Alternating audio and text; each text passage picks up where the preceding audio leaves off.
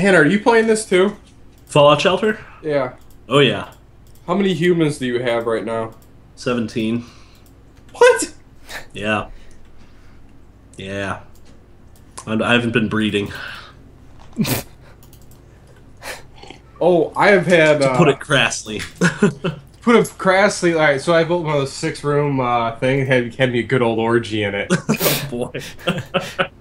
I did it in 3 of my, like, I extended them 3 blocks wide. Mm-hmm. Yeah, we're playing it fast and loose. Hey man, it's a good time.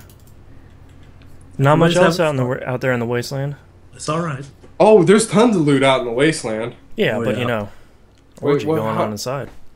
How's my heavy doing out there? He's been out in the wild for 19 hours. Hmm. And he still has 13 stim packs and 4 rataways. Wow. Oh, one of the first lunch boxes I opened had a... What is this? A T-60A power armor. So you're good. Oh no, this doesn't have a gun. How do you not have a gun? Enhanced shotgun? Get him. Oh, it's fucking moles. Get you some combat armor, buddy. Work gear. Stimpack.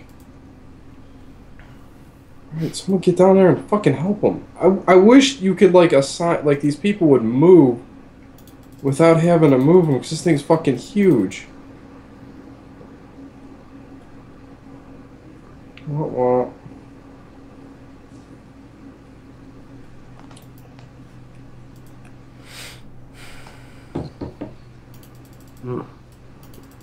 You been playing this at all, Boston?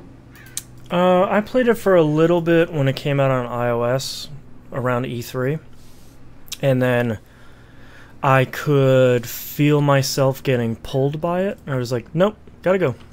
I honestly, Boston, you know this game isn't really my cup of tea, but god damn it. This thing has really sucked me in. Hey, when they're good, they're good. Mm-hmm. Why is because the presentation's so well. Oh, yeah. Well, it's very much Fallout. Oh, yeah. Oh, so I'm assuming Megan's playing a lot of it? Yes. How many survivors does she have? Or dwellers? She's getting up to 200 now. Oh, wow. Fucking A. She's way better than me. Yeah, she's running a tight ship over there. 200. I could even... I'm having trouble managing 77. No, her shelter is huge. Let me see. Mine's 1, 2, 3, 4, 5, 6, 7, 8, 9. Working on my 10th layer right now. Like, there's so many rocks below this. I don't even want to go there. It's not worth it, man. Like, I've been demoing and upgrading, like, in trying to keep a consistent form the whole way down. Yeah. Like, I kind of fucked up and built an elevator, like, one in, so I have, like, this row of singles. Oh, jeez. Going, like, all the way down the back. Wow. But I'll tell you what, those row of singles, upgrade them twice, and they produce quick. But Mr. Handy sucks a dick.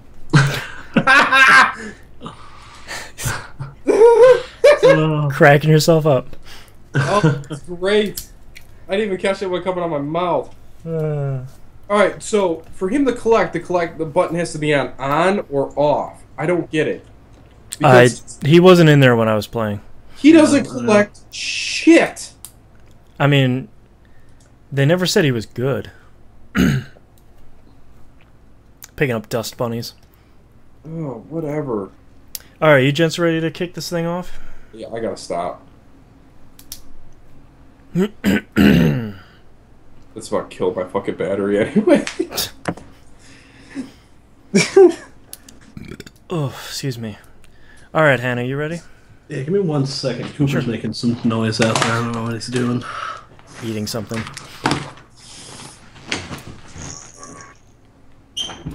Oh. What's up, buddy? Oh. Alright, come here. I'm so tired. Yeah. Sorry, buddy. Take it back. I would just like to sleep again. That would be nice. You want to come in and chill? You can come in and chill, but the bunny can't come in here. Come on. Toy! Gimme! All right, come here. Say hi to the internet. Say hi, buddy. Don't be a jerk. That's the part he has a hard time with. He's a serious troll. Like he's a YouTube commenter. It's not good. Like if this dog was anything on the internet, he'd be a YouTube commenter. He'd just be that guy being like, "Thanks, Obama." Yeah, he's just a jerk. Took him out to Old Forest Preserve yesterday, and he was just a terrorist. Just screaming about the liberal agenda. Yes. Yes. Start calling your dog Alex Jones. That would have been a much better name. InfoWars! Clean your water! What's up, bud? All right, you guys ready? Yeah. All right, let's get started in 3, 2, 1. Welcome back to another episode of That Video Game Podcast. I'm your host, Boston, and going around the room, we have Knobs and his dogs. Hey. And we have the Hannah and his dog. Hey. I don't have any animals in here with me. Oh, bummer. Sorry, Internet. Quick piece of programming info. The Hannah and I just finished recording a spoiler cast for Life is Strange Episode 2 and 3. Should be up now. If you're listening to this later, if you're watching us live, it'll be up later today. So, yep. Only listen to it or watch it if you've played Left 4 Dead Episode 2 or 3. Yeah. I feel like that's self-explanatory, but I don't want to cause any confusion. For sure. And if you haven't played Life is Strange, go play it. It's really good. All right, let's move right into it. Knobs, what have you been playing? Alright, so we have our perennial Monday Night Game Night Battlefield 4. Yeah, good time shooting rockets, yada yada yada, blah blah blah. I finally finished Dragon Ball Z today. Yes. What? No, You're you free. can't finish it. You get back in there and you grind, sir. I don't care. That was so bad. Finally free. How does it feel? It was so anticlimactic. Of course it was. There's no way this would have had a good ending for all that time. At some point, I was expecting the trope with Goku and the Spirit Bomb, and it didn't even happen. What? That's a base level Dragon Ball Z thing. No, it was more like that. it was more the Cell Saga ending where, you know, all the Saiyans are behind you. Way to go, buddy! Thumbs up. We're here for you. Kamehameha death. Ugh. Yeah. I almost would have preferred it just to go with like End of Ava style, where it's just like everything's gonna get real weird and real just get symbolic now. Yeah. It just and of course it left it open for another one. Mm-hmm. Gasp! Why wouldn't you? I couldn't even skip the credit scenes. It was so that stupid theme song. Oh, it's God. horrendous. Yeah. You earned it. You beat that game. Yeah, Yeah, that's good your job. reward. I did earn that. Well done. Your reward is to rock the dragon. Mm-hmm. No, it wasn't. It was worse than that. Oh no! It was a new not hip hop, more of like upbeat rock with Was a it lot just of Imagine? yeah in it. Like it was It's just like, the Offspring. yeah. La, Suddenly- la, la, la, la. Suddenly the credits is just Crazy Taxi. Yeah. This makes That would have been crazy awesome. money. That would have been my game of the year if it ended in Crazy Taxi. Yeah, just Nice. Goku driving, picking up Vegeta. A DBZ Crazy Taxi clone. I'd play that. Someone's got to make that. That's got to be some game jam. Call it Crazy Nimbus.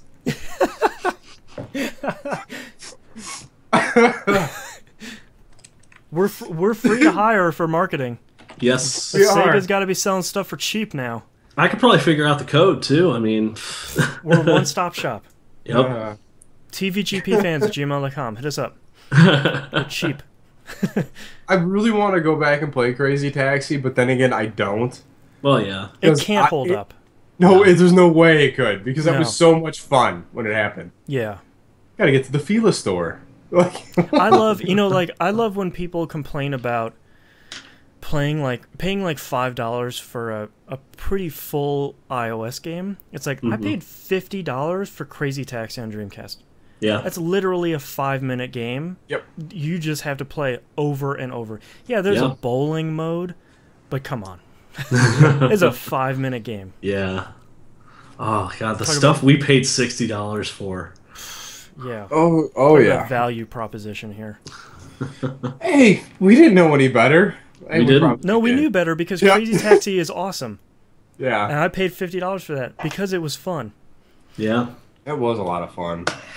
Well, same thing with Sega Bass Fishing. Like, that game was a blast, and it was like a 2-minute game. Yeah, 2-3 minutes at a time. Yeah. And you bought the controller. It's even more money. Yeah. Oh. More than one of those. I'm sure you did. That is a good controller. Yeah. Especially because it had motion control, too. Because you fling the line out and... Take that, Wii. Yeah. Oh, Sega's ahead of their time. Yeah. That was so much fun. Yeah, so... Man, I am just done with that. Like, it just... Good. Just put it on the shelf. It's out of the disk drive right now. Next step's uninstalling. Yep. Yeah. Free yourself. Break the shackles. Like, it got to the point where I just got to the loop of moves, and I had it beat. Like, I knew it would take, 2 of these combos would build me to do a super, pound them to the ground, do my crusher ball attack, and then if I was really in a panic, do the final flash and just blast everyone in front of me. Yeah. Just clocking in and clocking out. Still did not figure out defense at all in that game. But you're done. I still don't understand how it worked. Sweet freedom. I really don't care. I just see Krillin in the background holding a D and a fence, just like, go Goku. Somebody kill Krillin, please. You fight Krillin a lot in that game. Really? That's weird. That seems unfair. Unfair to who? Krillin. Yeah. Yeah. Yeah, same thing. Have much going for him. I probably fought Yamcha, Tien, and Krillin more than any other characters in that game. That doesn't seem right. DBZ. Yeah. Made no sense. So I am done with that. I booted up a little bit of the Shadow Complex. Oh yeah. And now I'm on this crazy update install loop that I just can't go back to it now. Cool. So yeah, that's about it. Played the opening sequence. Forgot how cool that game looked. Yeah. The game's pretty cool. Yeah. So hopefully it gets back in and I get sucked into that game again because that game's really good. And then the game that has consumed my entire week has been Fallout Shelter. Yeah, there it is. Yeah. I've been playing a bunch of this too. I literally downloaded it during the show last week, and I literally have not been able to peel my eyes away. Like, I'm literally considering putting my phone in the freezer at this point. It throws up a notification like every 2 minutes too. Yeah. As soon as you're out, it pulls you right back in. Before we started the show, I stopped. Oh, of course, it doesn't do it that time. But no, like every time I go, it's like, oh, there's the Fallout symbol, the radioactive symbol. I go down, and it's like 30 notifications. I'm like, what is going? I just put this down. I have so much to do. Right.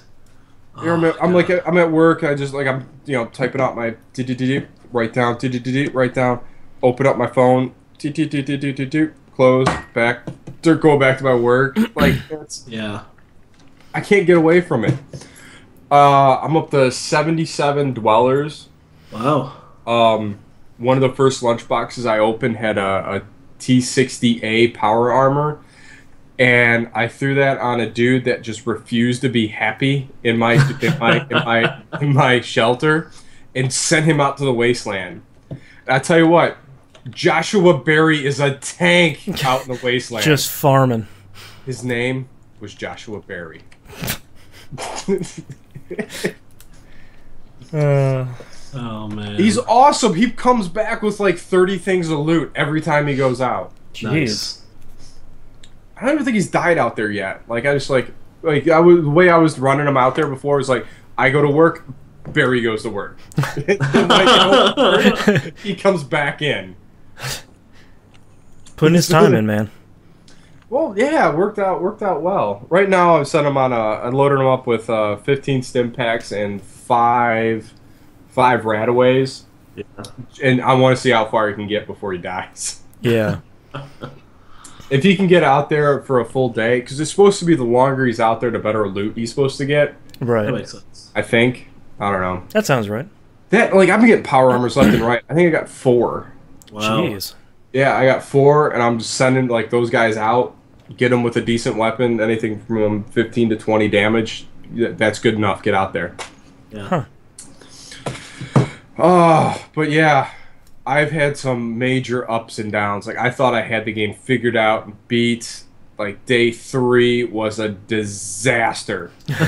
I went from 93% dweller happiness to 4. Wow. In a What did matter- you do? Those Ripper Maw dudes came in. Oh, Death Claws. They Yes. yeah. killed 60% of the people in there. Oh. And then somehow I ran out of water, and then everyone got irradiated. Great. So then everyone's now super, super pissed. Yeah. No one's happy. So I'm like, all right, you guys all go to your dwellings, have some fun, wink, wink. And then everyone's morale boosted right back up. There you go. It's a winning formula. Yeah, yeah. So then after I blew all my money, I blew probably like 20 grand in caps, Wow. picking people back up. Yeah. Jeez. So I got all these guys back up and running. Everything's fine. And then I had another meltdown yesterday because I had it with me when I was out in the golf course. Oh, boy. That's a great time for full panic mode. It's like, stop it. I need to take care of this. Like, My dwellers. Work emergency. I mean, yeah. Yeah. but yeah, I was super bummed that first time it went down. Then it went back down into the teens again. Now I got them back up to around 70, 78, maybe 80% right now. It's not bad. Jeez. Oh, this yo, I can't deal with the stress. It's just way too much to manage. And my Mr. Handy doesn't manage anything in there. Oh. He's Poor the Mr. worst. Handy. The worst. Not very handy. No, not at all. Yeah. I'm trying to think, is there any other crazy stories? I don't know. Like, I've been just weighing lace to the Raiders. The Raiders don't even come knocking on my door anymore. Yeah. Oh, I think why. Now I know why I'm getting the killer maw things. Oh, The yeah? death claws. Because I upgraded my vault door. And they're the only things that can get through it. Oh, right. I shot myself in the foot. Yeah. Can you Can I upgrade it again? No. No. Bummer. I had some extra money. I'm like, all right, I'm gonna upgrade this so I don't have to, nothing to get through. Those things get through in like one hit. Like, think, I might as well, ring the doorbell and just walk in. Freaking death claws, man. So rude. Yeah. But I'm getting better and better weapons, so everyone's putting them down. They only get 2 levels deep now instead of 4 or 5 like they did the first time. Jeez. Nice. Just taking the elevator, clearing house. Yeah, they're just going right down the list. Jeez. Nom nom. Yeah, I'm just trying to get up to so I can build like a new cola thing, and then I think I'll probably put that game down. I just want to see all the rooms. Yeah, after that, Yep. it's sort of, what else are you going to do? Yeah, I just want to see all the rooms. Now, this doesn't have any carryover into Fallout 4, does it? They haven't said anything, no. I wonder, but Yeah. How awesome would it be that your vault would be hidden in the game for Fallout? Because you can just generate that procedurally, and all the loot and all the dwellers are in there. that'd be great. So, That'd be kind of awesome. all right. So I imagine, instead of having like the dwellers alive, they'll all be like zombies or death claws in there. They'll all be the So the better you ghouls. did, the harder your personal dungeon is.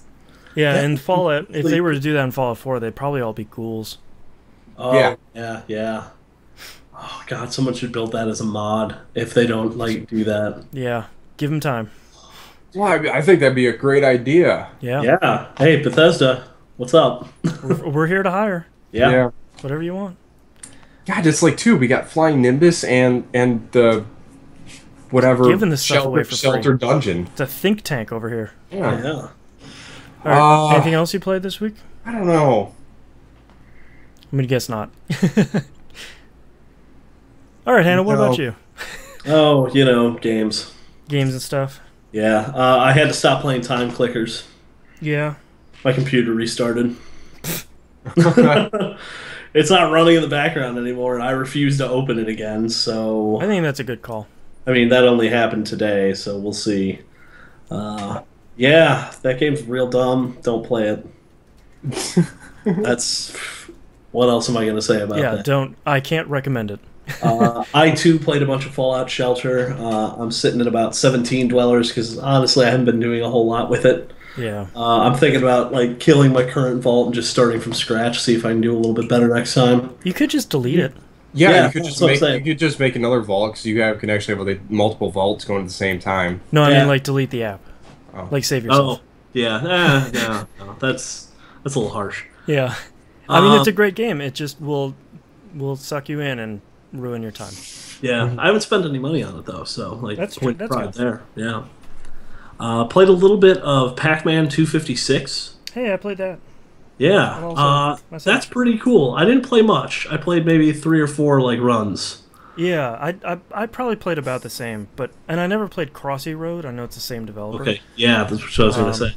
That's a really cool idea. It is like it's sort of an endless runner with Pac-Man, but like you're going through a maze and collecting pellets. Yeah, and also the glitchy level 256 from original arcade Pac-Man is creeping up on you. Yeah. So like you can see this like digital junk coming up behind you. Yeah. Really cool. It's really well put together. Crossy Road was fantastic. This looks even better. My only complaint is like Crossy Road you could play in portrait mode. This you cannot. Oh, I thought I played it in portrait mode the other day. Well, I'll have to, I don't know. Maybe it's a setting. I don't know. I was sort of thinking about that. I was like, if you want to make a really good mobile game, make sure I can play it. I don't have to turn my phone. It's such a first world problem. But like, I don't know. There's something about like, if I turn my phone, like I'm dedicated. I'm in this. I gotta do stuff. Yeah, I'm hankering down here. Yeah, with portrait mode, you can just look at it and it's like, oh yeah, just do my couple of things here. All right, cool, I'm done. Yeah. So yeah, I played a little bit of that. It's really an interesting concept. It's free. Go check it out. It's on Android and iOS, I believe. Yep. I finished up Life is Strange Episode 3. Yes. It totally lives up to the hype. And for more, go listen to the spoiler cast we recorded for Episodes 2 and 3. Yeah, it's to the point where you can't talk about it other than to say it keeps getting better with every episode. Yeah, if I say anything about Episode 3, it just spoils stuff at this point. And, like, spoiling this game is just... It's unfair to anybody who hasn't played it yet. And it's interesting because the Hannah and I are... There's one big choice in Episode 2 that we have the opposite... The opposite choice is happening in either one of our games. Yeah. And it is... Our games are starting to diverge pretty seriously. Yeah, it's interesting because it's sort of you can't take this back sort of choice. Yeah. So I'm really interested to see how Episode 4 and 5 unfold with that in place. Yeah. I played a little bit more of Red Dead Redemption. I'm a little bit further into that one, not a ton. I really need to do some of the side quests just to sort of get a feel for them so I can actually talk about them when we talk about the game on large. You haven't played Five Finger Fillet yet? Oh no, that's how I got all of my money. Yeah, no, I memorized the pattern for that and I got like $3,000 out of that. Jeez. Yeah, I was not messing around. I was like, no, I don't want to have to worry about money in this game. So yeah, played a bunch of that, and man, it's a good game, but there's something like it hasn't grabbed me in the way that you would have expected at this point. Well, the beginning is pretty slow, and the horse controls are the worst. Yeah, you know what? If you're with a group, they're not bad because you can just hold A to follow. That's true. So have you had to like round up any horses yet? Yeah, that was That's just garbage. I don't know. I didn't have too hard a time with that. Probably because I've played it before. Yeah, that's true. So, kind of know what to expect. Herding those cows was horrible, though. Ugh, yeah. Yeah. I saved all of them, though. Wow. Yeah. I felt real good about that. Jeez, yeah. It took me 2 tries, though, because the first time, all of them went off the cliff. Of course. Yeah, because of course they did. Yeah. It's just like, wait, where's the cliff? Oh, yeah, there it is. Oh, there. All right. Never mind. There. Yeah. See you later, Mookhouse. Ground beef? Anybody want ground beef? Yeah. All right, cool. Down there in the gorge. He's got some steaks on the cliff. Yep. So yeah, I played some Red Dead Redemption, but really the main thing I played this week was Rocket League. Because Rocket League is so good, you guys. Yeah.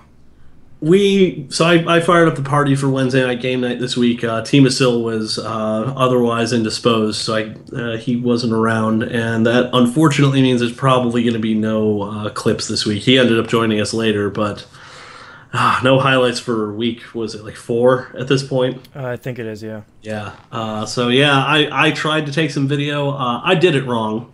I kept restarting my video point and not actually saving those videos. Oh, okay. Yeah. Nice. So, thanks PS4 for That happens. PS4's video thing is a little weird. Yeah, I wish it worked like the screenshot, like, oh, you've started this, it will go for this many minutes. Yeah. Or it will go this many minutes back and then this many minutes forward. Right. That was...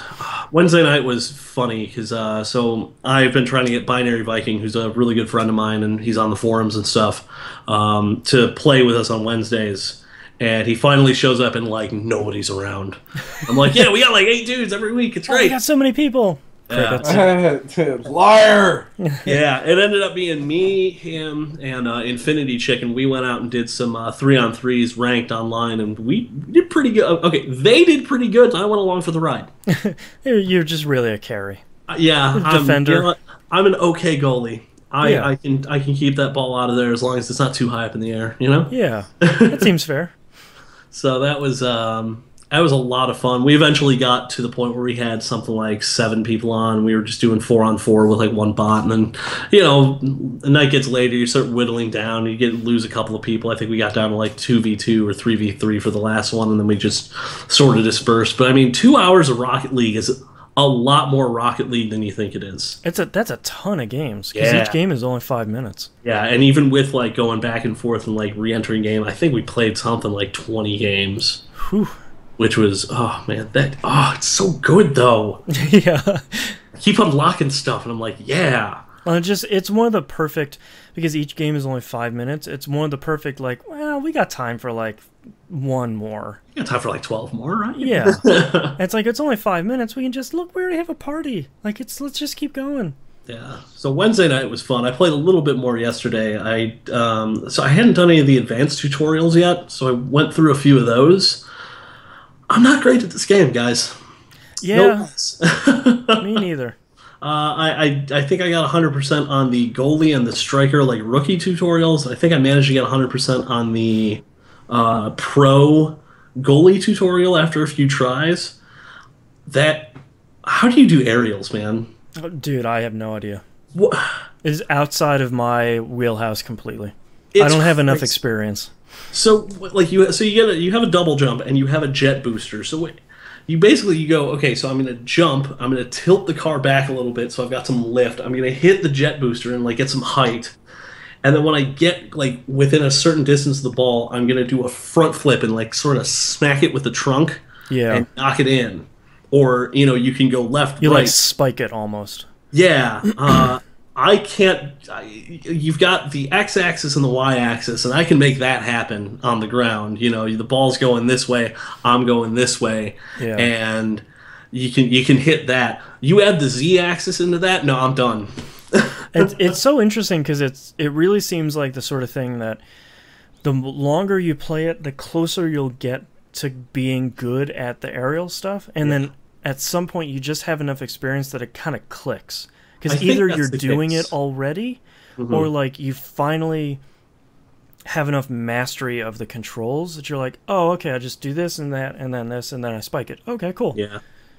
But yeah, I'm not even close. I think it's almost easier with a moving target, because when you're in the training modes, it's literally just you've got the ball hanging in midair and you've got to get to it.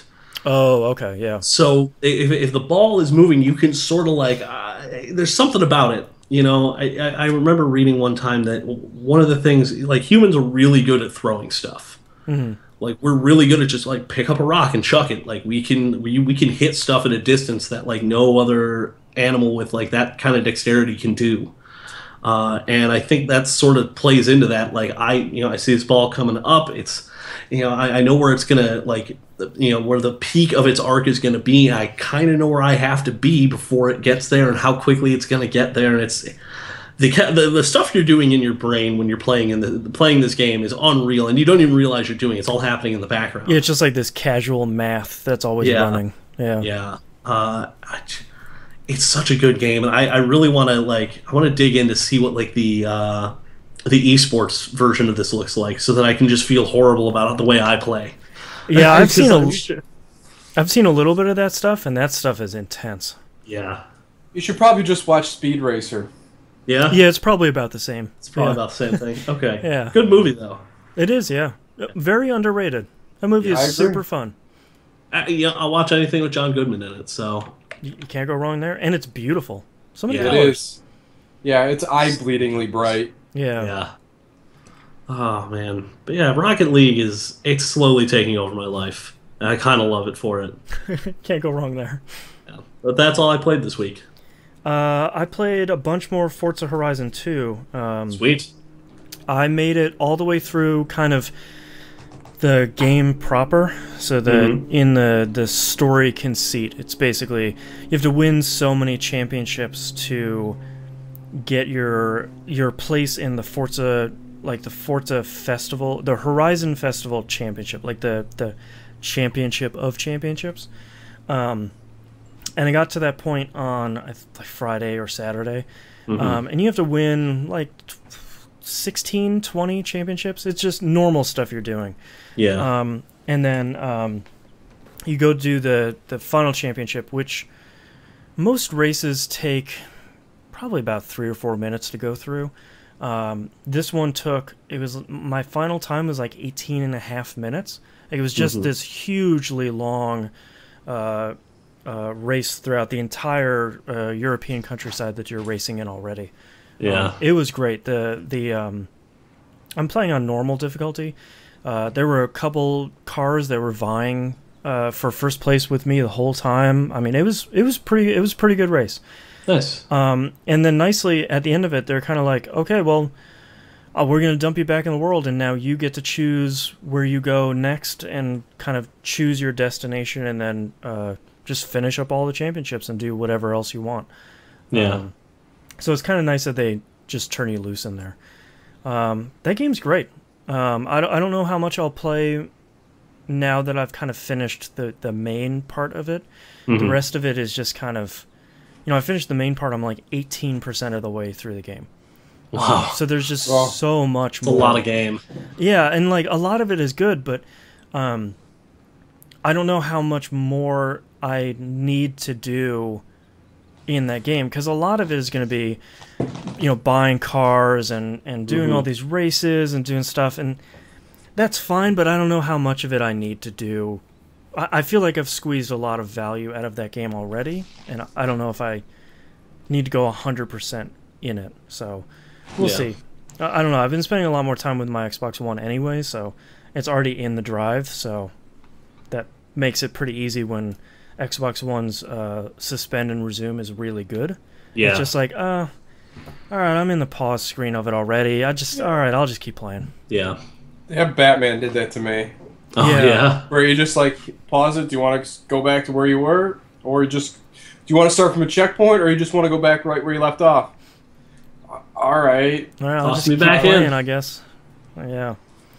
After I played Pac-Man 256, I remembered that Angry Birds 2 came out recently.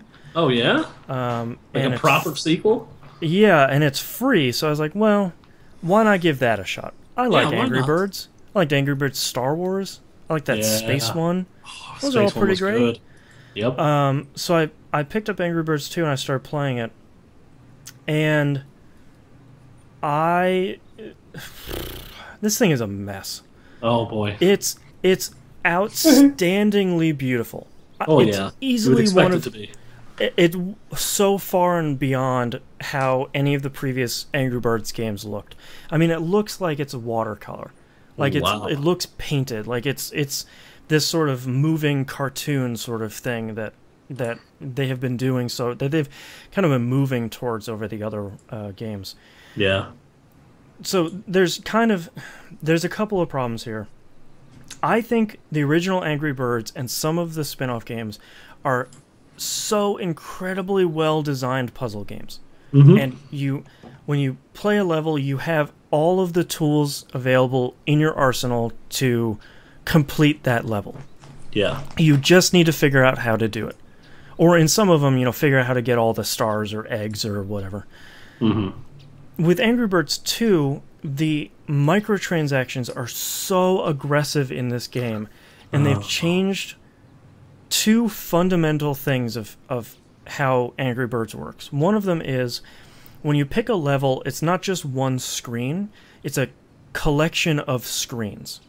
So you'll finish one screen, and then it'll kind of scroll to the left, and you have another catapult and another building with pigs in it. Okay. And these can go for like 2 or 3 screens. I'm sure it'll go for more later on. That in and of itself isn't bad, but you don't, unless you're doing well, you don't get more birds between screens. Oh. That's not too bad of a deal, because early on you can take one bird and destroy like the entire screen. That's not too bad. But the other thing that happens is you are randomly given a collection of birds. So you can actually get a level that is going to be much harder to complete because you don't have the bird that is a natural fit for this level. Like it's all ice stuff, and you don't have a blue bird. So you're going to have a harder time breaking through all this ice. That in and of itself isn't a terrible idea, but as far as I could see, there's no option to get out of the microtransaction stuff. Ugh. So if you fail a level, I started out with like 75 crystals. There's like these purple crystal things. After a couple levels, it's like, hey, you got 3 crystals. You found them in like a treasure chest. You can watch a video to double them. I was like, I'll give it a shot. You watch a like 30-second video for Game of War, and then you get 6 crystals. And I was like, okay, that seems. I've got like 80 something crystals now. That seems okay. I failed a level pretty early on, like level 7 or so. Okay. And it said, well, you can continue where you are for 60 crystals. Ooh. And I was like, okay, I mean, I've got them. I might as well give it a shot. And I finished that level, and I keep going on. I fail another level because I just get a really bad, like, bird roll. I have birds I don't need. And it says, well, okay, you can continue for 60 crystals. It's like, I have like 10 now. What am I supposed to do? They're like, well, you can buy more. Looks like you don't have enough. So I go, and like 50 crystals is $1. Ooh. And that's not even enough for a continue. Right. Wow. And I was That's just like, sinister. I was just like, no, I'm not going to spend crystals. That's fine. Show me what my other option is. So my other option is you lose the level, and one of your 4 lives is gone, and you get a life every half an hour. Ooh. And I was just like, I'm done. Yeah. There's no way that you can have a puzzle game like this with randomly generated. Basically, the birds you're throwing are puzzle pieces. Yeah. You can't randomly generate that stuff and then have a really aggressive microtransactions on the other end. There's just no way. Like, EA figured this out with Plants vs. Zombies 2. Yeah. And very quickly changed that up. But I have a bad feeling that they probably won't with Angry Birds 2. And I think that's a shame, because Angry Birds is a really well-designed puzzle game. It's really, really great. That's why millions of people were playing the original Angry Birds. It was $5, came with a ton of levels out of the gate, and over the next couple months, they kept adding hundreds of levels. Yeah. It was a good deal. But when you give a game for free, and then I can't even make it to like level 10 That's a without problem. not being able to get there. Like, I'm barely out of tutorial stuff without being able to continue. That's not a game I want to play. I'm not I'm not going to spend. I can go play Fallout Shelter, which is free and Which doesn't is- bother you for microtransactions at all. Hey, So it, bothers there's you my time to, there. it bothers you to rate it every once in a while, but that's about it. You know, if that's the worst thing I'm going to deal with, you know, that's the worst thing I deal with in Angry Birds 2 is, do you want to watch a movie for more life? You know, like, no, I don't. Like, I don't want to watch a 30-second YouTube video to get more bird crystals or eggs or whatever the transaction cost is. Yeah. So it's just such a shame because I'd like more Angry Birds, but there's no way. You can always that I play the can- original. Yeah, I would rather download the original because I bought it however long ago. That version of the game probably has like 300 levels in it right now. Then I'll go play that instead. And it so aggressively wants you to hook up to Facebook too. For like friends leaderboards. Ugh. It's like, no, it's connected to Game Center and iOS. Use leaderboards there. That's that's part of what that's for. It's not just for achievements. They're probably just sitting there like, no, they don't have the data we want. Yeah, my ads. Yeah. My ads. We need to annoy all your friends. Yeah. Yes. Ugh. Anywho, Gross. so don't spend your time on Angry Birds 2. Buy Angry Birds 1. That's still a great game. It's probably like $1 now. And if it's still $5, totally worth it. Yeah. And the last game I played was Destiny. Of course. So there's Boston's Battlefield. There's this thing in Destiny called Moments of Triumph for Year 1. It's basically, if you complete all of this stuff that is in Year 1 of Destiny, you get a pretty cool emblem when Year 2 comes out. It's only an emblem? It is. I think it looks pretty cool. Okay. And all right. I like collecting that stuff in the game. I'm weak. No judgment, just saying. Yeah, but it's all stuff that most people have done, where it's like win 50 games of Crucible, or like get all 20 golden chests, or complete the 3 big story mode quests. So like doing all of that, you'll have like 7 of the 10. And I did. I only had to go get like 2 more golden chests, but that was easy. Yeah. The only 3 I had was Vault of Glass hard mode, Ooh. Crota's End hard mode, and then Skolas. Yeah. So I had a conversation with Hot Sauce Steve from the community, who is like super pro mode Destiny player. He joined us for he joined us for Rocket League this week. Oh, nice. Yeah. Hot Sauce Steve is a super cool dude, and he knows his Destiny front and back. This Ain't dude, bad at Rocket League either. even better. So he asked me, he sent me a message last night, and he said, hey, do you want to do Crota hard mode? Yeah, sure. Why not? It's super fast. Everybody's level 34 now. I hit level 34 this week. Nice. So yeah, it should be pretty easy. All the mobs in that in Crota's End are 33, so we'll be good. He posts on Reddit's Fireteam subreddit. Get 4 more people in there. Somebody had a Crota checkpoint. Sweet. We go in there, we shoot Crota a couple times, we're done. Yay! Wow. We're the best. Literally like 5 minutes. Wow. So he said, we got plenty of time now. Do you want to do Vault of Glass hard mode? It's like, yeah sure. Yeah, I haven't I done do. Vault of Glass since October, but we finished normal mode. Let's do hard mode. So a couple people from Crota stick along. They want to do Vault of Glass. We get 2 more people from fire teams. Somebody throws a hissy fit because we weren't consistently moving. Thank you, humans. So we pull 1 more person in. I remember the last time that we did Vault of Glass, back when it came out, on normal mode, it took us about 3 hours. Okay. We finished that thing in 23 minutes. Whoa. We were booking. I have to say, we had an amazing team of just every single one of us knew every encounter. Yeah. We knew our roles. We knew where to go. And we were like a SEAL Team 6, just coming in there, cleaning it, and then getting out. Nice. So after that, he's like, well, do you want to do Skolas? And I was like, okay. Come on. This is what I really want to talk about. I want to talk about the total horse crap that is this experience and this encounter. And for it's in Prison of Elders. Prison of Elders has 4 different levels. 28, which is just the match-made one, it's super easy. You have 32 and 34, which are harder, you get better rewards, blah, blah, blah. And then Skolas, which is level 35. The level cap right now is 34.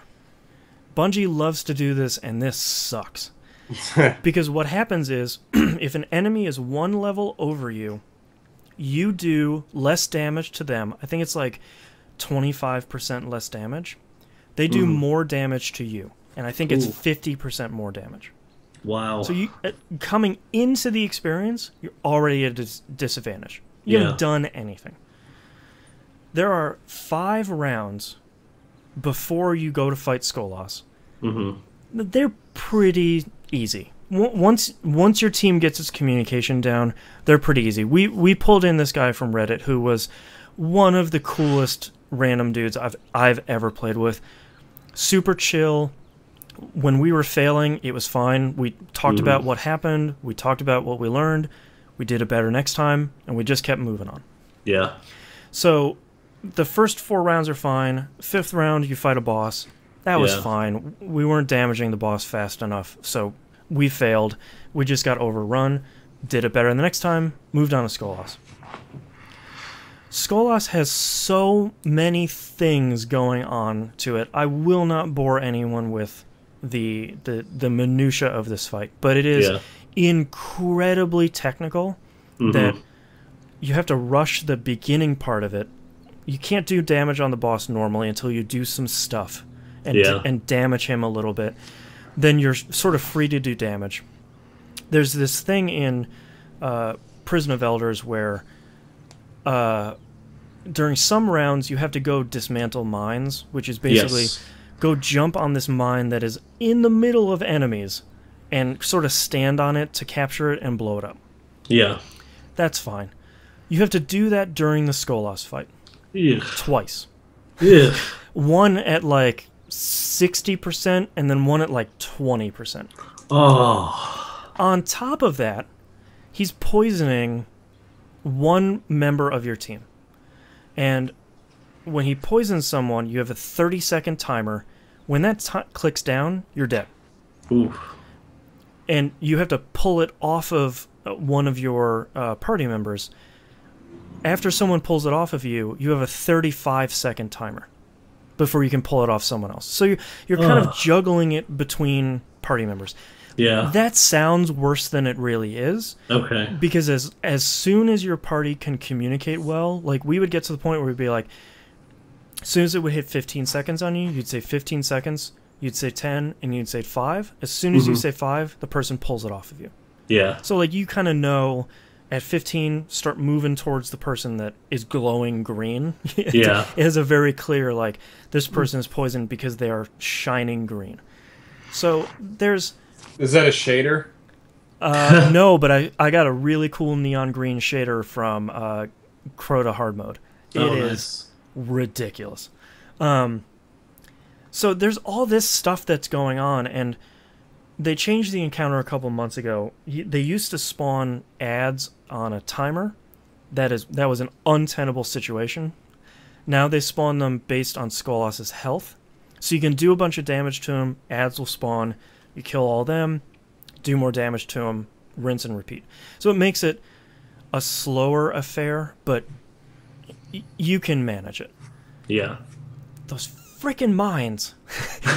Because every time it spawns mines, it spawns ads. So if you haven't cleared out ads, you now have double ads. Yeah. And they're always in the middle of everything.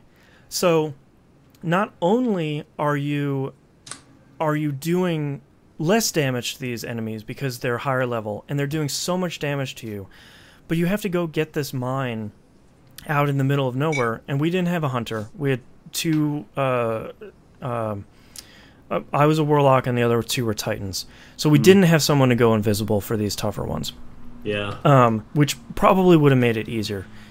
But 3 hours into the Skolas fight, after 3 hours of beating our head on the wall, we eventually had to call it quits. Because we kept getting to like 10%, and something would happen. And the two modifiers were small arms, so primary weapons were doing more damage, which is great. Yeah. And the other one is light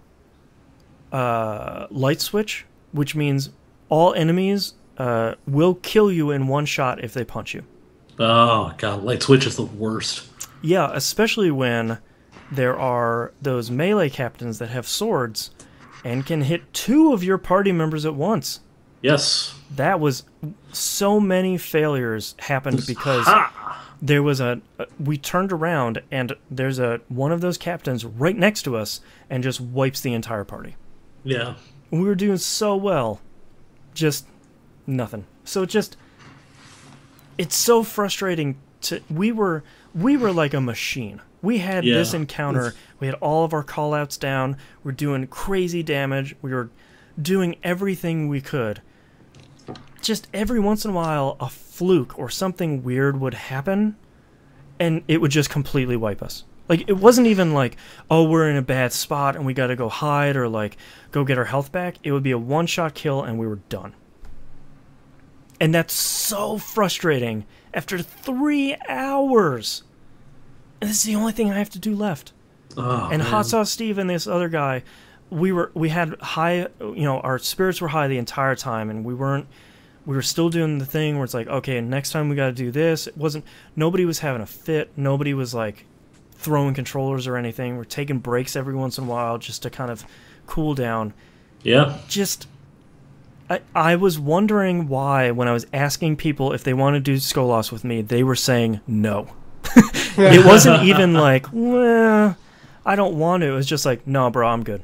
I did that once or twice, and I'm never doing it again. Fair enough. I get it. But I need that emblem. Yeah, you totally do. I will keep beating my head against that brick wall. The 3 of us are probably going to try, this upcoming week after reset. And of course, there's no checkpoints. So to go back in there, we have to do the entire 5 or 6 rounds all over again. Yay, Destiny. Yay, Destiny. Fix it, please. Yep. And then as soon as Taken King comes out, level 40 is the new level cap. So 35 Skolas is going to be a dream. Yeah. You're going to be walking in there, they're like shooting, ping pong balls at you. Yeah. And you're just like shooting fire out of your nose. Like, it's not even going to be a problem. We cleared Vaults of Glass in 23 minutes. That's a level 30 raid. There's just, at that point it's so much easier, but I have to get So Skolas doesn't scale with you? No. All these raids don't scale with you. So, which is great, like, if you want to go back and you want to farm some of that gear. Like, I got one of the best hand cannons in the game when we did Vault of Glass. I got Fatebringer, which is going to get nerfed pretty soon anyway, so I'll enjoy it for a couple of weeks. But I don't know, it's just so frustrating for it. Such a cool encounter that has... It's so technical and it's so interesting. It's the thing that Vault of Glass did really well and Crota's End kind of failed to do. Yeah. Where you have to be on top of your game and you just have to be smart about how you're playing it and have the encounter and its mechanics down. We kept getting screwed by just dumb stuff that was out of our control, and that's so frustrating to have to deal with. And basically, we'll try again probably after reset, and hopefully we'll get a better roll on modifiers. But if we don't, I don't know. We'll keep beating our head against it and see if we can. Yeah, that light switch modifier is an absolute bear. It was one of those where I saw it and I was just like, I don't need to do this. And you're fighting the Fallen, who love to get in your face. Yeah. So it's just so frustrating, and I love the rest of Destiny, and Destiny is really great to play, and I'm getting back into it now that the Taken King is coming out in like 3 weeks. Yeah. Trying to get back into, getting my feet wet with Destiny, but that stuff is just so frustrating. And Bungie is pretty hard-headed about that encounter in general because people are finishing it. Yeah. But it's just a little bit harder than it needs to be. It could just be toned down just a little again, and it would still be challenging and it would still be rewarding, but it doesn't seem like they're very interested in doing that. And I think that's a shame, because it's to the point where everybody's been done it a couple times, and they just can't deal with it again. They can't deal with spending 3 hours on just the last round of that experience. And I think that's a real shame. So, and the rewards aren't good enough, because those are super random. So, I don't know, it's just such a bummer, but Destiny's still really great, and I gotta give huge props to Hot Sauce Steve for just being super cool and helping a couple of new Skolas runners run through there. So, nice. But that's all I've been playing, so let's take a break. Cool. Sweet. I gotta pee. I'm going to close these things behind me so that my face doesn't, not show up on camera anymore.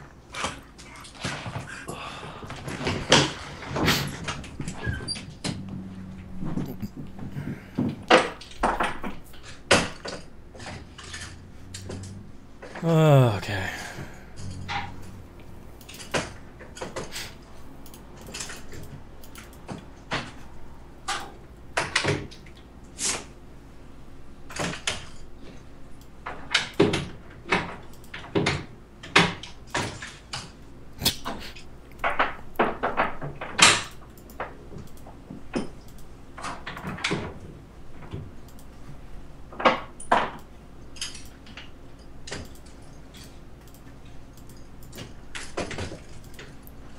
Okay.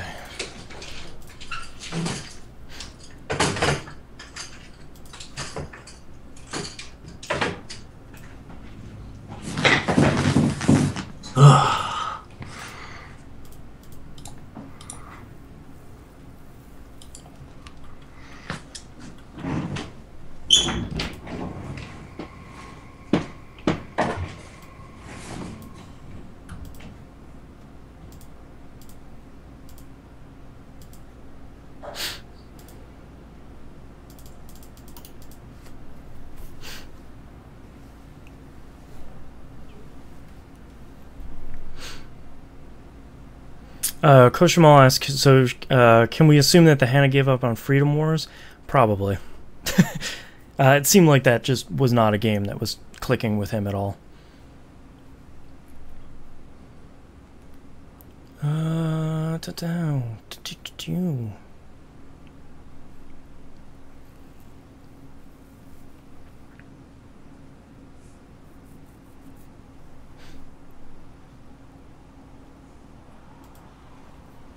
Oops. Oh boy. Okay.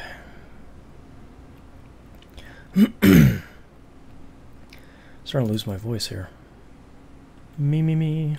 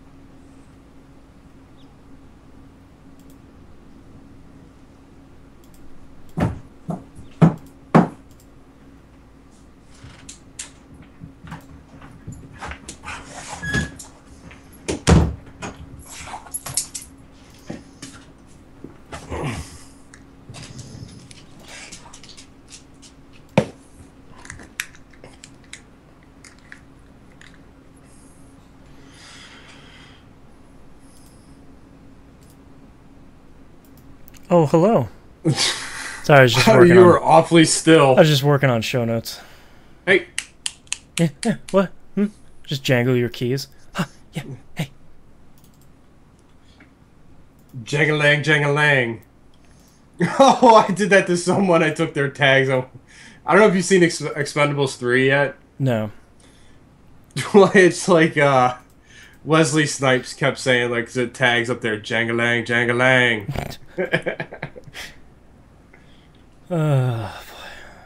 Hey, if the rhythm don't get them moving, just slam them with some more bass. Bow, bow, bow, bow, bow, bow, bow, bow. Bass it out. Bump it right in their face.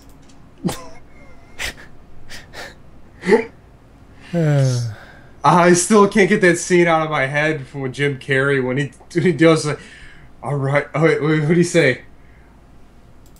All right, skid mark, and he goes, Yeah, I forgot about that.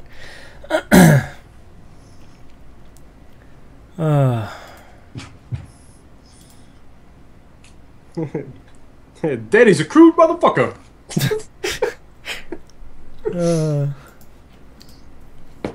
Where'd the Hannah even go? I don't know.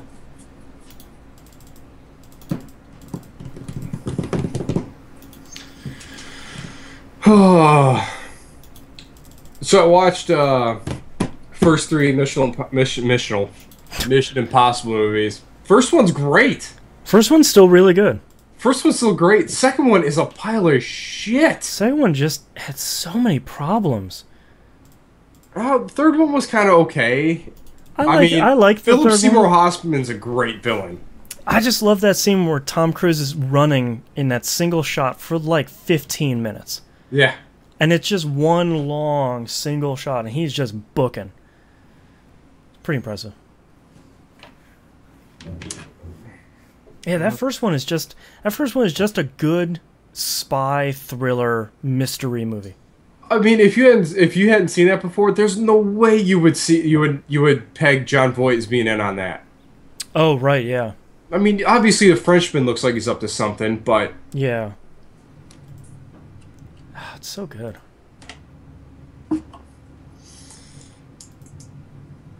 My wife and I are going back through and watching Parks and Dragon Rec. Ball Z? No, Parks and Rec again. I can't believe how immediately when season 2 starts, every single episode from that point on is a gem. Yeah. I can't, like, season 2 by itself is packed with so much ridiculous stuff. Season 1 is still rough, like it's always Season been. 2 they started doing the dead left thing, right? Mm-hmm. Yeah. So good. I mean, season 2 even has that episode where Ron gets shot in the head when they were out hunting. Yeah. Oh, it's so good. You know, it's one of the crazy things, like when it takes a show about a season to really figure out what it's trying to do. Yeah.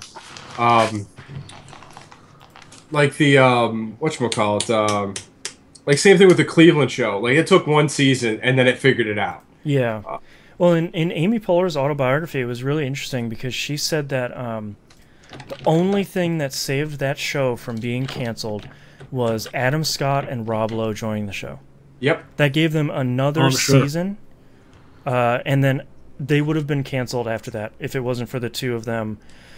For their Rob Lowe's pure star power, allowing them to get another season, and then the studio finally figured out that people like this show, we should probably let them keep making it. That first season was not good. First season's bad. Watching it again, it's just not good. Everything is off about it, and at first episode of season 2, it's just off to the races. So good. All right. So big announcement. I just felt my baby kick for the first time ever. Yay! It was. What are you doing here? It was weird. I don't know. I don't know, man. Is that your reward, a chocolate cupcake? No, these are just. It's a reward. Chocolate Baby kicked. Need a mini muffin. Chocolate chip banana muffin that my sister-in-law made. Really good. Oh, that sounds good. Yeah. You know what I'm doing here? I'm being not an adult for like the next 4 months. Yeah. That's all I your got, time. man. All right, I cut out a couple news stories here. I just loaded a bunch of them up, and I'm cutting. I'm starting to lose my voice, so I'm cutting Yeah. a bunch of them that aren't that interesting. Mm-hmm. So, do you think we're gonna get HoloGlass this year? Get what? HoloLens or whatever? No, I don't think that's 2015. I think that's late 2016. I want that so bad, like now. Yeah, I think that after E3, I think they have a lot of messaging stuff that they need to address because HoloLens does not address your entire field of view. It only addresses a window in your field of view. So I think they either need to figure out how to address your whole field of view or figure out a way to market around that limitation. Yeah. Oh, I thought it was. Then what's the sense of having the whole thing on your head? That's what they need to market. Because I thought it was supposed to be like 290-degree field of view. Like, No, it's not even like if you think of how well you can see like in a pair of glasses when you look around at like everything is blurry. Imagine like half of that is AR. oh, that's not good. Yeah, it's not bad. And from what people are saying that have used it is it's fine and it's good enough for what you're looking to do. It's just not the expectation when you put the headset on.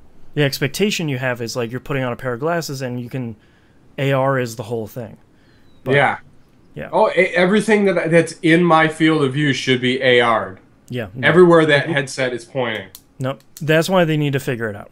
Mm-hmm. The technology works, and they of course need to get games and experiences to get in there, but they need to figure out one way or the other how to make that work. For sure. Yeah.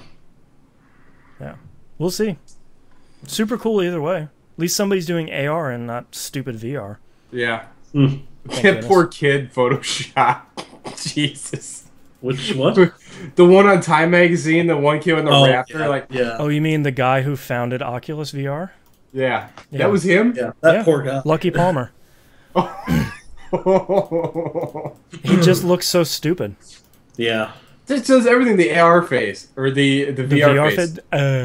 Yeah. Oh. So I'm gonna try and get a shot of that when I'm at PAX. Just me like.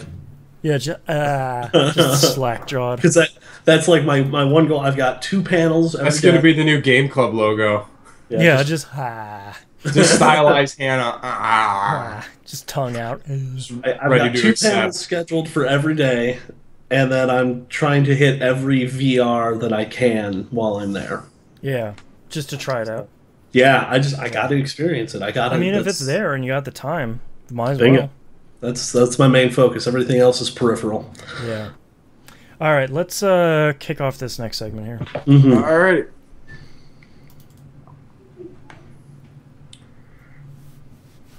So itchy. All right, ready? Yep. All right, ready in 3, 2, 1. Welcome back, everybody. We got releases this week of August 24th, 2015, Until Dawn for the PlayStation 4. People have been waiting for that for a long time, and it's a horror game, so no thank you. Yeah. Hopefully it's good, but I'm out. No thank you. Alrighty, and V, and V for the PlayStation Vita for the PS4.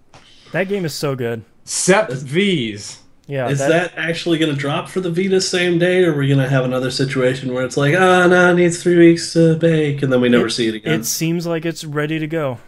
Okay. I was really upset when I went to go download Volume on my Vita, and it was not there. Oh, rough. I was really not happy because I've been looking forward to that one. And then they're like, oh, yeah, we announced on our blog. It's going to be a couple weeks. And I'm like... Son of a... This was going to be my pre-Metal Gear game. Yeah. Steins Gate for the PlayStation 3 and the Vita. Ooh. Go buy it if you're interested in visual novels or you like a good story or sci-fi. Go buy it. So good. I bought another copy so my wife can play it. Madden NFL. I think NFL 16 is the title of it. Who knows? Yeah. For PlayStation 3 and PS4.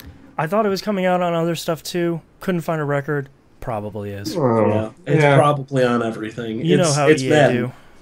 Well, I mean, that is the signifier of, hey, guess what, guys? Games are coming. Yeah, it's like games are coming, and we're getting real close to the holiday season. Yeah. Madden is the kickoff, ironically enough. Heyo. Oh. Did that hurt coming out of your mouth there, Brian? No, not at all. I've been making that joke for years. Womp womp. Yeah. Actually, that should be followed with a waka waka. That's true. It really Good one, Fonzie. Gears of War Ultimate Edition for the XBO. Very curious to see what the reviews are going to be on that one. They're putting a ton of stuff in multiplayer in that, which is very surprising. And then you get backwards compatible all the other games too. So, Yeah. seems like a pretty good deal. We'll see it. Hope it's good. Me too. I probably this would be the perfect game to after this Dragon Ball slog that I was palate in. cleanser here. I am Anya. really surprised that there wasn't an hour counter or a time counter in that game. It had to have been a lot. I'm pretty sure I'm triple digits in that game. Oh, probably. That's not okay. It's better if you don't know. Yeah. But I kind of need to know. You can live without that information. No. I kind of need to know how much time I wasted. So much. How much soul Demigras sucked from me. Yeah. All right, I Am Bread for the PlayStation 4. A surprisingly interesting game. I'm pleased that that's coming to PS4. Mega Man Legacy Collection for the PlayStation 4. Very excited about this. Everything I've seen has seemed really good. The emulation is solid. The challenges are good. It's got Mega Man 1 through 6. Okay. You kind of got the good ones. Yeah. 4 is better than you're remembering, everyone. So 2 is still the best. They can't get any of the Mega Man X series on that? It seems like that's not what they were focusing on. I'm almost expecting that if this does well, that they'll do like an X Legacy collection. Yeah. It would have been nice for all of it to kind of come together, but for me, when I think of Mega Man and then Mega Man X, those are really different games. Yes. I thought Mega Man X series was way more fun. I'm not going to disagree, because I think X is... I enjoyed X 1 through... I thought 5 was even okay. 6 was a little rough. But I think when you start looking at, like, are you going to get, like, X7 and it's not good? You know, where do you kind of draw that line for some of this X4 stuff? is where you draw that line. Let's be real here. I don't know, 5, I agree. 5 was okay. The second they started messing around with the 2.5D, no. Yeah, that stuff is rough. I'm out. As long as you give me Mega Man 2 in high enough quality, it's one of my favorite games ever. It looks like a perfect emulation. Yeah. So, and I think the interesting thing is that they're trying to be, they're trying to like capture the original versions of these games. They're trying to do like a Criterion collection where they're keeping how the games were and then kind of extending additional stuff on top of that. Nice. So, interesting. The price seems right and the games seem well done. So we'll see. I still remember playing Mega Man 1 on a 10-inch black and white TV. Yeah. Oh, what an experience. So good. Good stuff. Alrighty, Dishonored, the definitive edition for the PlayStation 4. There's not a lot of information out about this game right now, and it's coming out in like 2 days. Yeah. So that's weird. Yeah. That was a little weird. Yeah.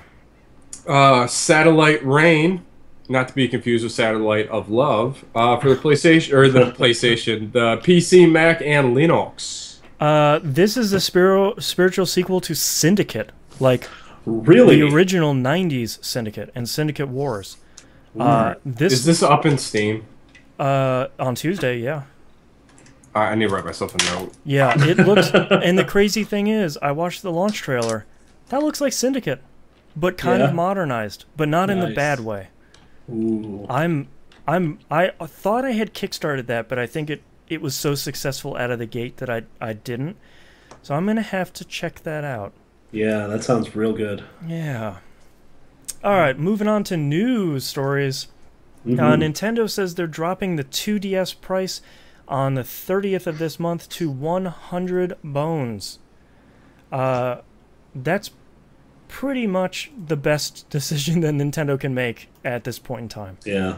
The 2DS in it, it also comes with a downloadable copy of Mario Kart 7.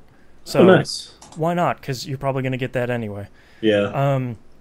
I'm surprised that Nintendo hasn't been pushing the 2DS more. It's super rugged. It doesn't have that hinge. There's no 3D slider, so you don't have to worry about your young kids getting their eyes hurt with the 3D, like has been reported. Yeah. And $100 is kind of a great price for an impulse buy. Yeah. Where it's like, for Christmas and for $100, Yeah, like I'm like, oh, my nephew's gonna be like 4 this year. Like that's about time. He needs one. $100? Yeah. That's not bad. And this thing, like Nintendo consoles of old, seems like it is built like a tank. Yes. So they're gonna drop it, and this thing will just bounce. Yeah. So that's a really good choice. And Yokai Watch is coming out this holiday, so there's no better time to make a 2DS really cheap than before that game comes out. What is that? That is Level 5's Pokemon. Oh, good lord. Yeah. So that game will sell gangbusters. Yes, it will. So it was supposed to come out in spring of next year, and somebody did some sort of dark magic to bring it out before Christmas this year, which is a really good choice. Because I think the cartoon is coming out in a couple months. So oh boy. Just the 1-2 hit for that one. Yeah, that's going to be interesting to see. Sony is allowing people to enter into a program to get beta firmware updates for PS4. This is really interesting because it's going to happen in early September, and they're going to be beta testing the 3.0 firmware for PS4. Nice. Includes stuff like native streaming to YouTube, which is huge. Yeah. And then like little stuff like uploading video clips to Twitter, like really short, like Vine style ones. Yeah. So a lot of interesting updates. The real interesting thing that they're doing here that I don't think Microsoft does yet is if you're in the beta program for the firmware and you don't like 3.0, you can roll back to 2.57. Okay. All right, I'm in. I'm going to sign up for this. Yeah, I thought that was really interesting because there's been a lot of, like on the 360 I was in the beta firmware program. Yeah. I haven't really been aggressive with that on the Xbox One because on the I think they fixed this on the Xbox One. On the 360, you couldn't really get online to play with your friends that didn't have the beta firmware. So there were times where it's like a month, and it was like Soulman and I are like, well, we can't play Left 4 Dead. So it was always you two. See you later, because we're the suckers that just signed up for this thing. So I thought that was interesting, and I hope it works. Most importantly, and if it does, that's a really cool idea, and that would make it a lot easier to just try the new stuff in the console and for really, really low risk. Yeah, that's really nice. Like allowing them to roll back that's a big deal. Yeah, and if they can figure out how to do that technically, that's incredible. I've already signed up. Hopefully, I get picked. There you go. We'll find out. You're our guinea pig. Gearbox has settled its lawsuit with 3D Realms over the Duke Nukem franchise. I did not hear about this. We can finally wrap up this entire story. Oh, this isn't going to end. No, it ended. Now 3D Realms is making Bombshell, which is basically their Duke Nukem isometric game that has a lady that speaks like Duke Nukem instead of having Duke. And Gearbox now controls the Duke Nukem franchise. The shambling husk that exists of the Duke Nukem franchise. Oh, tell me it's Brooke Nukem. No, I don't remember what her name is. I don't know if she has a name yet. Knowing 3D Realms, she probably doesn't have a name. Yeah. So that's interesting. That thing is done, and Gearbox, for better or for worse, now owns Duke Nukem. I don't think anybody won. No one won in that. The thing, too, is like, after Duke Nukem Forever, and after Aliens Colonial Marines, does Gearbox want to do anything that isn't Borderlands or what did they, Battlefield Bad Company? Was that them? Yeah, Bad Company, yeah. Yeah, if it isn't one of those, most people don't seem to care about what Gearbox is putting out. I mean, I'm not being mean. That's just kind of everybody saying, like, well, if it's not Borderlands, you're kind of taking a chance with your $60 here. Yeah. Coaster Mall in chat says, does anyone care? No. We do. We just wanted to close the loop.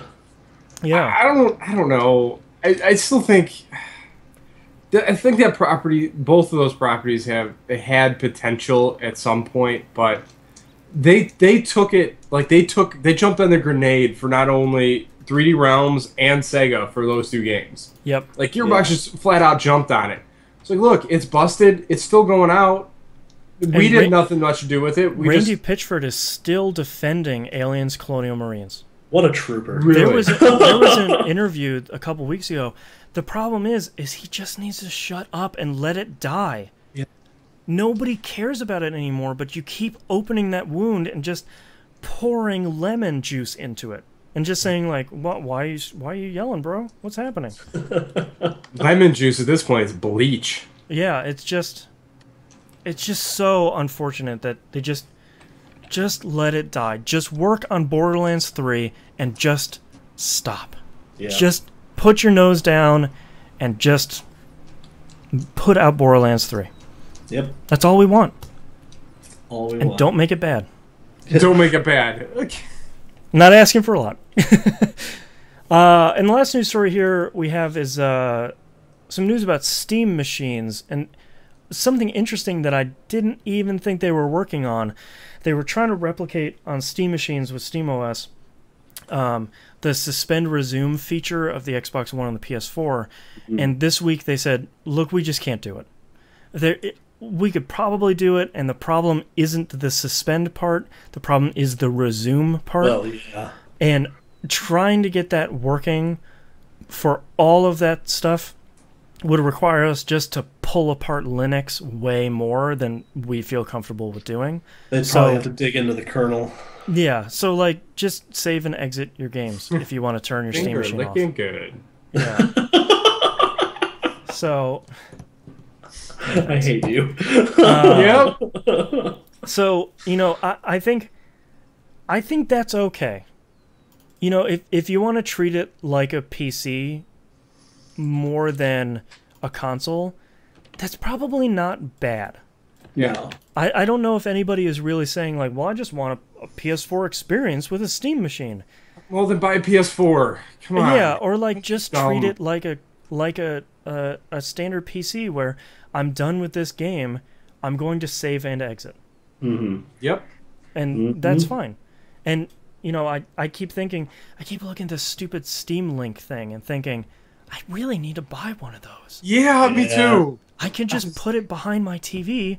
I already have the PlayStation TV there and all my consoles. Let's hook up another one of those guys. Yep. I mean, I got enough real estate in the backside of my TV. I can actually attach it to the back of the TV. That's what I was thinking of. Mine. On my on a bunch of monitoring TVs we have at work, I just Velcro Raspberry Pi to the back of the TV. Let's do that with Steam Link. Yeah. Nobody has to know. Yeah. Looks so good. I don't know, man. All right, let's move on to questions. Grown Gamer in chat has a question for you guys. Are U.S. companies missing out on a chance to snatch up stars like Kojima and Iga, since there seems to be an exodus from Japanese companies? I don't know if they would know what to do with like an auteur like Kojima or Iga. Like even what's his face from Gears, Cliffy B. Yeah. They kind of didn't know what to do with him when he started getting famous. Yeah. Like, we don't have that happening in a lot of our companies. Like, look at Randy Pitchford. That's another public figure. Well, you also have to consider the cultural differences. Yeah. There's... I can't speak directly to them. I don't know them specifically. Like what the cultural differences between businesses here and businesses in Japan are. But I imagine the fact that they are, both from that country, they don't necessarily want to leave and come work for an American company. Well, and for both of them, since they've been in the industry for so long, it might be that chance to start their own company, just to say, I'm going to run this thing now. You know, like, I'm sick of working for these other idiots. Like, maybe my own idiot. Yeah, I'm going to do that. Yeah, I don't know. I think it would be a cool renaissance if they did come to the U.S. and just to reinvigorate that. But then they wouldn't have the exposure because it's a Western audience that they would have in Japan. Because, I mean, most of the country doesn't really care, to be honest with you. But, I mean, like, Metal Gear, I think, is more popular over here, but you give a name like Igarashi to somebody, and they're going to be like, who? Who? Yeah. And they're going to be like, Castlevania, and they're going to be like, oh yeah, Lords of Shadow was sweet. And like, no, or dude. like, Lords of Shadow was garbage, and it's like, that's not true. It'd be like, Take what that about back. Symphony of the Night? And they're like, I don't know what that is. Yeah. Which is a shame. Or they remember, like, Castlevania 1. Yeah. Yeah. Frankenstein was a pain. Yeah. Yeah, I don't know. That's an interesting idea, but I feel like there would be too many hurdles, and I feel like with how long Kojima and Iga have been in the industry, it seems like they want to take a break, and then two just don't want to. Like, Kojima isn't going to work for a big company again. I can almost bet. No. He's going to make his own. He'll make like Fox Studios or like XOF Studios, and then just he's going to film a movie. Yeah, or he's going to finally make that movie he's been trying to make for the last 25 years. You mean that movie he's made a couple of times? Metal Gear. Yeah. All right, let's move on to emails. What's up? We have our first one from Loic, a.k.a. Luke. It says, hey guys, I've been listening for 2 years and enjoy it every time. Thank you. Last week I was listening to your opinions about Galaxy while playing it. Boston, you were not so excited by it, so I just want to give my opinion. Also curious what the Hannah thinks. Haven't touched it. The most painful thing about this game is length of the levels, in my opinion. Run can easily take up to an hour. Fail at the end and you will feel it. Yes. Still, I'm enjoying the hell out of it. The controls feel really awesome once you get the hang of it. You can wipe the floor with enemies in such cool ways. The mech is stronger than you might think. He suggests do the get over here move, smack him a couple times, and throw them into something. I keep trying to do that move, and I'm just not good at it. I'm just not good at Galaxy in general. I love that every lasso move is come get over here. Yeah. The cool part about it is like you lasso him in, and then you hold them, and you can just punch him a couple times while you're holding him. It's pretty cool. I finished Season 4 this week and made a video of some tactics I used. Check it out if you like, because when this game starts to click, it clicks good. And he put a link here to a YouTube video he wrote of Galaxy Tactics. Yeah, I keep playing Galaxy, and I keep playing a little bit of it, and I really respect that game, and I really like what it does. It just continues to not click. It's either I'm feeling it, and I'm really enjoying it, and it just kind of like jumps off a cliff, and I'm just like, no, I'm not, isn't any good at all. Or it just doesn't click with me at all. It's not as consistent as a lot of other games. So, I don't know. Let's move to next email here from Chris H. It says, hey TVGP, Angel Eye here. How's it going? Hey Angel Eye, what's up? Hey Angel Eye. So after hearing about the abandonment of support for space-based DF9, I was disappointed. Yeah, I was waiting for you and me both. Yeah, me too. I was waiting for them to finish the game before picking it up. However, I heard about a similar game recently called RimWorld. I heard about this game on another podcast. Sounds like a rash. That's so bad. I heard of this game on another podcast, and they described it as a mix of Dwarf Fortress and Prison Architect. Having played neither, I can't comment on that. What I can say is this game is a really fun base building game, and I guess resource management game. The MacGuffin is your 3 colonists have been stranded on a planet, most likely a RimWorld planet, and you have to keep them alive. I've only played 4 or so hours, and I'm still alive, but that's on the easiest difficulty with the AI director Cassandra Classic, who increases the challenge at a consistent rate. There are 2 other AI directors, Phoebe Chillax, and Randy Random, which... God. Come as well as 5 or so difficulties to choose from. So that all sounds good. I'm gonna write that down. What's this called again? RimWorld. Okay, yeah, right. Yeah, that game How did I sounds. forget that? Yeah, that game sounds pretty interesting. I might have to give that a shot. It's probably on Steam. What? On another note, do you guys remember that game from the remnants of Team Bondi taking place in 1930s Shanghai? That game was called Horror of the Orient. I've had interesting open worlds on the mind as I run through The Witcher 3, and that is one I was looking forward to, but I've had no luck finding info for the game aside for that it was scheduled for 2015, but it looks unlikely. Team Bondi imploded Yeah. 3 years ago, unfortunately. Yeah, that game, I don't think that game was ever going to come out. I don't think that game was ever going to have that title. I don't think that was ever a real thing. Oh no, there's a Wikipedia page for it. It was a thing. It just I don't think it didn't get really beyond was. concept, really. After LA Noire, I think that team was all but dissolved. And I think they were trying to say, like, no, we're still working. Yeah, we're still that technology. Yeah, we're using it for this game. Yeah, it's going to be great, guys. See you in 2015. That was never. Yeah. I don't think that was ever really happening. Bummer. Which is a shame, because I would have liked to have seen what they would have done, learning the lessons that they learned from LA Noire. Given that name, I don't know if I wanted to see that. I thought it sounded really interesting because it was like a 1930s Shanghai like detective game, but I don't know.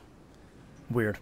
And he says, so for a question, what are your favorite base building games?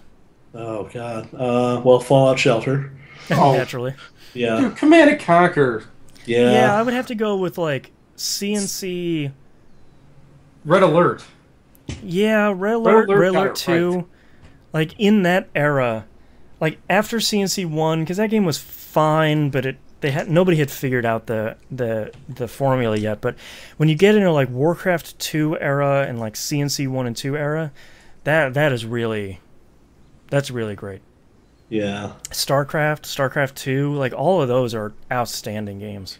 I would say the only thing close to a base building game I've ever actually enjoyed was XCOM Enemy Unknown.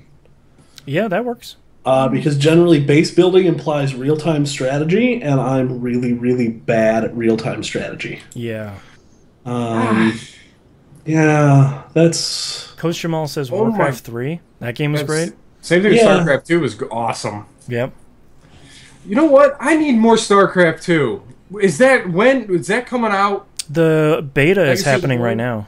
Yeah. Oh, So, I need that. I need I don't that know, man. other Any day sticky now. box up on my shelf. yep, I need to complete the collection. You Yeah. can see 2 of them over there. Right next to my Diablo 2 Collector's Edition. Let's see. It should be top shelf. Yep, there it is. Boom. Yeah. Yeah, I feel like almost anything from... Oh, Evil Genius. Oh, that's a good one. That is a fantastic one. I feel like virtually everything Blizzard has put out that's been real-time strategy has been great. I feel like everything before CNC Tiberian Sun was really good. Oh, no. I You liked got Generals. Generals came after. I think that's the only one I really liked. Red Alert 3 was Was goofy, but fun. okay. Ric Flair doesn't remember being in that game. That's awesome. That's awesome. Yeah. You've received bears. You have That's received where that. that culminated from. Yeah. Nice. And Randy Couture is so bad. I'm trying to think if there's anything. One of my favorites was always Total Annihilation.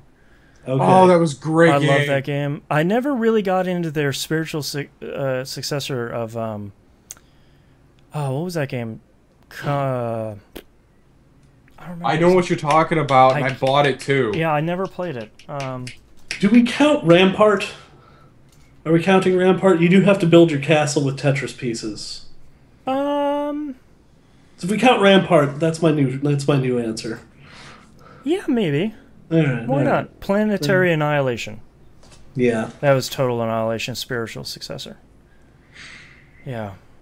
Yeah, I don't know. Those are all great games. Mhm. So go play those and go play FTL because that's kind of. Total War. Do the Total War games count? Coach Jamal asked in chat. I don't think I've ever Let's say played so. those.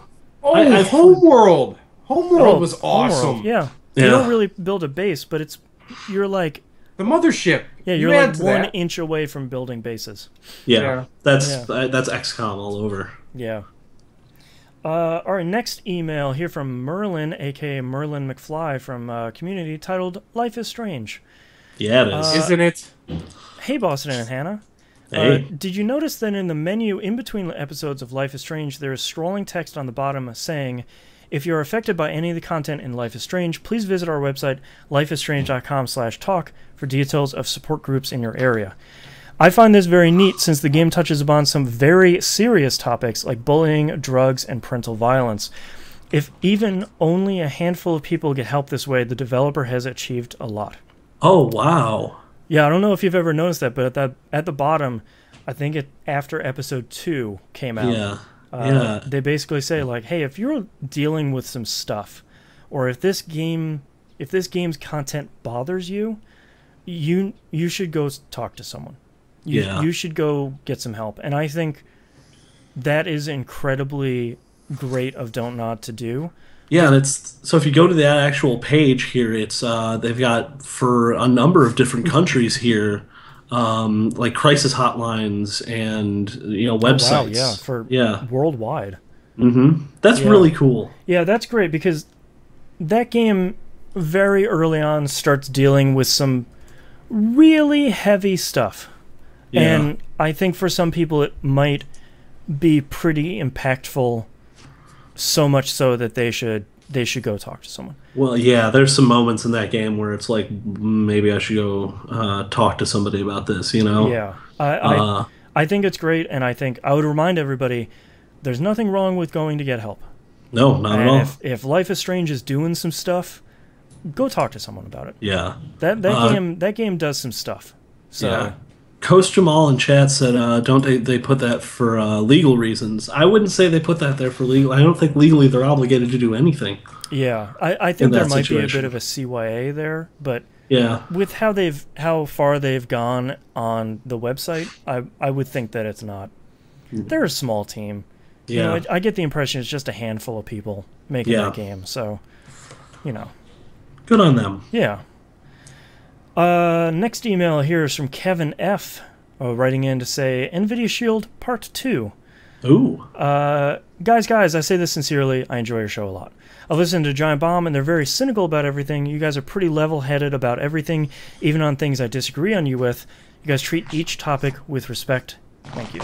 We try. Thank you very much. I appreciate it. That's one thing when I started this show. I wanted to not be so cynical about games. Because everybody's so down on games. Yeah. And I didn't want to be the show where everyone's like, this game sucks, it was dumb. Moving on. And nobody can pull that. But, here's the problem. Everyone wants to be Jeff Gerstmann when they do that, and they just come across like a jerk. Yeah. There's a very fine line if you want to dance that line. And yes. He does it pretty well, but it's there's not easy moments. to do. Yeah, there's moments where it's like, come on. Yeah. Come on, man. Have fun with life. Yeah. Yeah, it took me over 100 hours to beat Dragon Ball Z. And I didn't hate on it the entire time. Which is a miracle. Grown Gamer in chat says, cynical is just so cool. That's kind of my attitude, where it's like... because we're blasé people. This is what I spend my free time doing during the week. Yep. If I'm enjoying something, I'm going to tell you I'm having fun with it. If I'm not enjoying it, I'm going to tell you why. Because if that sounds fun to you, then maybe that sells you on the game. Mm-hmm. And that's good too. Yeah, absolutely. But clearly everybody loves Galaxy. It's just not clicking with me yet. So if it sounds fun for you, pick up Galaxy. There's like 3 dudes making that game. So, anywho, he says, now with that being said, I promise not to sell you on the Shield. I'm just very excited about it and want to share my excitement with other people who share my gaming interest. And also because I've been having a fantastic time with the devices, so I'll try to make this short. He then writes like 10 paragraphs. So, I upgraded to gigabit internet a month ago, so I had to upgrade all my equipment to take advantage of the new speed, new router, switches, and access points. Like the Vita Viking, I have a Vita, and portable gaming around the house is important to me, especially for shooters and twin-stick shooters. Mm-hmm. I like games such as Borderlands 2. He writes parenthetically, bad port. That's an understatement for the Vita port of that game. Yep. And Duke 3D on it, and there's a lack of Doom on Vita, and I was looking for more good handheld experiences for shooters specifically. I saw the Shield and it said, "Hey, I have an video card. I can easily play Doom, Brutal Doom on it remotely, and good version of Borderlands 2, and I have the networking equipment to make it work properly." Those are all solid points. Bought the first Shield portable. Wife loved it. Got another. Oh, excuse me. Then got one for the TV. So good looking. Got one for the TV to stream in our bedroom to replace the Amazon Fire TV. It's friggin' awesome. My TV being in the basement, and I can play it on the TV in my bedroom. Oh, that's pretty great. My PC in the basement and play it on TV in my bedroom. That's pretty cool. Yeah. Streaming works great. I've added dual band access point in our bedroom for streaming to the portables. I couldn't be happier with the ton of cash I spent. It's very awesome, but then again, I'm a madman. That's true. Sorry so long. Your show has great level of class to it. Please keep it that way. I'm not going to change the show, so sweet. Either you like it or you don't. But that all sounds super cool for the NVIDIA Shield, and I feel like that's exactly the thing that they were trying to accomplish with the Shield. I just feel like they can't market it correctly half the time. Where they should be. It's like the Vita, where it's the same thing where like somebody's using your TV and I'm just going to sit here and they can watch their shows and I can play Destiny on my Vita and it's on my PS4. You know, like that's a use case for a lot of people. Oh, yeah. Same thing with NVIDIA Shield, where it's like, you know, I can play stuff with sitting here next to my family, but my PC is in the basement and I'm here in my bedroom and I'm laying down and, you know, my partner is reading a book and, you know, I'm sitting here playing Borderlands 2. Yep. That sounds cool. Like, put those use cases out there, because that for me is a pretty strong selling point. But it seems like they don't want to do that for whatever reason. They're madmen. They are madmen. But that's our episode this week. Thank you very much, everyone, for listening. I think Knobs is already back to playing Fallout Shelter. No, I never stopped. I found a stack of cards and I found... Oh, your Blockbuster card. When society fails, you can say, I was there in the 80s. You can find us at tvgp.tv. Email us tvgpfans@gmail.com. Tweet us at tvgp. Everything else is on the right-hand side of the page. And please don't forget to join the forums. Mark yourselves on the map. Join us for our week of game nights. Monday night, Battlefield 4 on the Xbox One. 10 p.m. EST start for that. Tuesday is Destiny. Emblems. Wednesday is Rocket League on the PS4. Start time, what, around 10 bells? Oh, no, earlier than that. It's usually around 7 bells. You children. Central. Yep. All right. You got to get more games in. I'm an adult. I go to bed at 10 bells, sir. Yeah. No, you're an adult. 11 is your bedtime. Thursday night Steam game night, and Friday night is the potpourri of games. So come join us. Yep. Current TVGP Game Club game is Red Dead Redemption. It's pretty great. Go check it out. We're going to do the recap podcast on September 3rd. The voting thread for the next Game Club is up, and it's a humdinger. Boy, that's a collection of great games in that one. We've got Musim suggested Vanquish, and here's the thing: he originally suggested Star Control 2, went back and played it, and went, "No, I'm not going to make anybody else do that," and changed his suggestion to Vanquish. Vanquish is awesome. Vanquish is awesome. The other Jay-Z has suggested Darksiders 2, which is also awesome. Also a show favorite. And Adam Splitter suggested Elder Scrolls 3 Morrowind, which is amazing. Wow. It's a little dated, but amazing. Yeah, that's a game to sink your teeth into. I'm not going to give it away, but we may already have a winner. I'm not giving it away, but everybody dies in the end of that movie. Yes. Thank you very much, everyone, for listening. You can watch this show live, twitch.tv/E1M1 Network, and we'll see you all next week. Laters. Peace. All right, I have 2 titles. What do you got? His name was Joshua Berry. Yep. Come on, that was so funny. And Casual Math. Casual Math was solid, too. Yeah.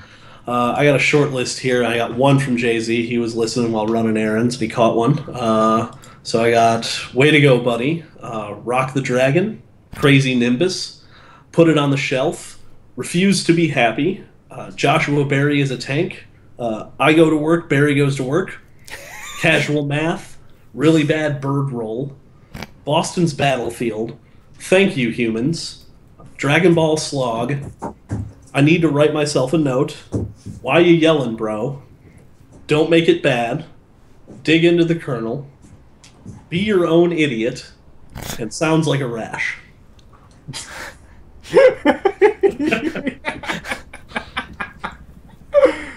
What did Jay-Z have? His was Be Your Own Idiot. Okay. I like both Casual Math and Crazy Nimbus. I think Crazy Nimbus might be my favorite. Yeah. Knobs, you have a winner? I'm Crazy Nimbus. Just Goku and Gohan just rolling around on a cloud. What do you mean, Gohan? Picking up Gohan in front of the Levi store. the KFC. All right, let's get started in 3, 2, 1. This is That Video Game Podcast, episode 409 for August 24th, 2015. Crazy Nimbus. Hey, Dragon Balls! Meter's running. Meter's running. All right, thank you very much, everyone, for watching us live. We'll see you all.